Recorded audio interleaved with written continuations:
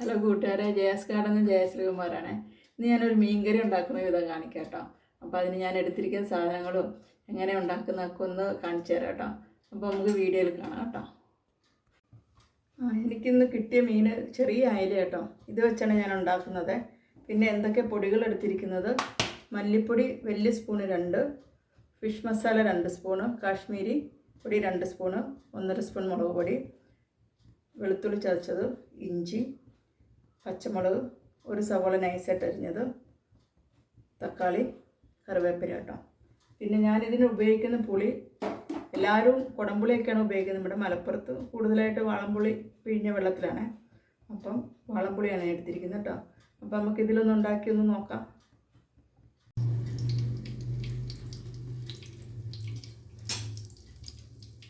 അപ്പോൾ നമ്മുടെ എണ്ണ നന്നായിട്ട് ചൂടായിട്ടുണ്ട് കേട്ടോ. എണ്ണ ചൂടാകുമ്പോഴത്തേക്ക് സവാള,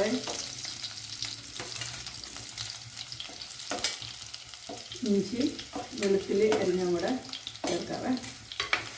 നന്നായിട്ട് വഴറ്റുക. നമ്മുടെ വെളുത്തുള്ളി, ഇഞ്ചിയും, പച്ചമുളകും, ഉള്ളിയൊക്കെ നന്നായിട്ടൊന്ന് വാടിയിട്ടുണ്ട്. വാടി കഴിഞ്ഞതിന് ശേഷം ഈ പൊടികളെല്ലാം അരിഞ്ഞ് ചേർക്കും.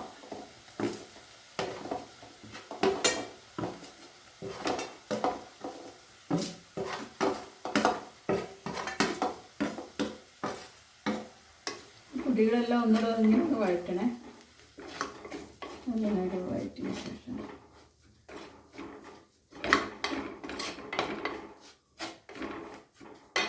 അതിനുശേഷം നമ്മുടെ തക്കാളി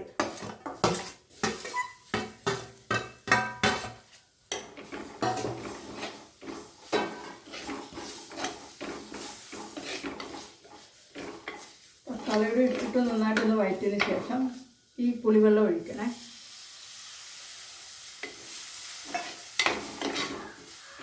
പുളിവെള്ളം ഒഴിച്ചതിന് ശേഷം ചെറിയ തീയിലിട്ടിട്ട് ഒന്നുകൂടെ ഒന്ന് വഴറ്റണേ. എണ്ണ തെളിയുന്നിടം വരെ ഒന്ന് വഴറ്റിയെടുക്കുക.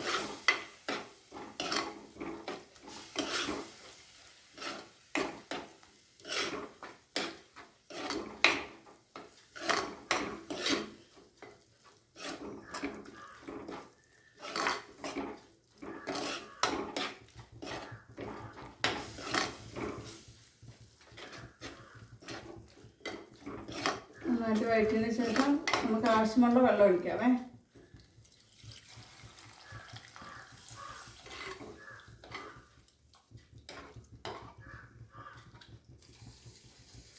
ഞാൻ 1 കപ്പ് വെള്ളം എടുത്തു കേട്ടോ ഇതിന്.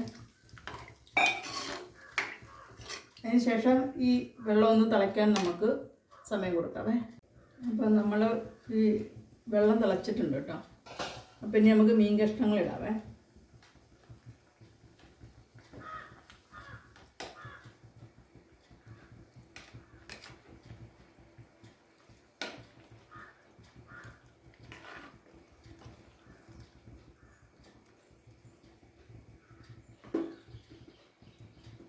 മീൻ ഇട്ടതിന് ശേഷം ആവശ്യത്തിന് ഉപ്പിടുക.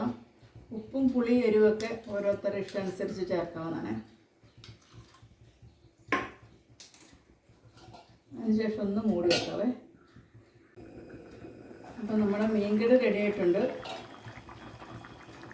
ഇതിന് ശേഷം ഉപ്പും പുളിയൊക്കെ നോക്കുക കേട്ടോ. കുറച്ച് പച്ച വെളിച്ചെണ്ണ മുകളിൽ കൂടി ഒഴിക്കുക. പിന്നെ നമ്മുടെ കറിവേപ്പില,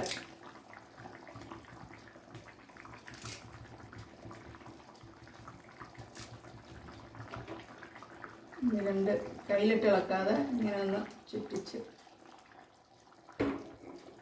മൂടി വെക്കാം കേട്ടോ. അപ്പോൾ നമ്മുടെ മീൻകറി റെഡി ആയിട്ടുണ്ട്. ഇത് ആദ്യമായിട്ടാണ് ഈ വീഡിയോ കാണുന്നവർ ഒന്ന് സബ്സ്ക്രൈബ് ചെയ്ത് സപ്പോർട്ട് ചെയ്യണേ. ഇനി അടുത്ത വീഡിയോയിൽ കാണുന്നത് വരെ എല്ലാവർക്കും നന്ദി, നമസ്കാരം.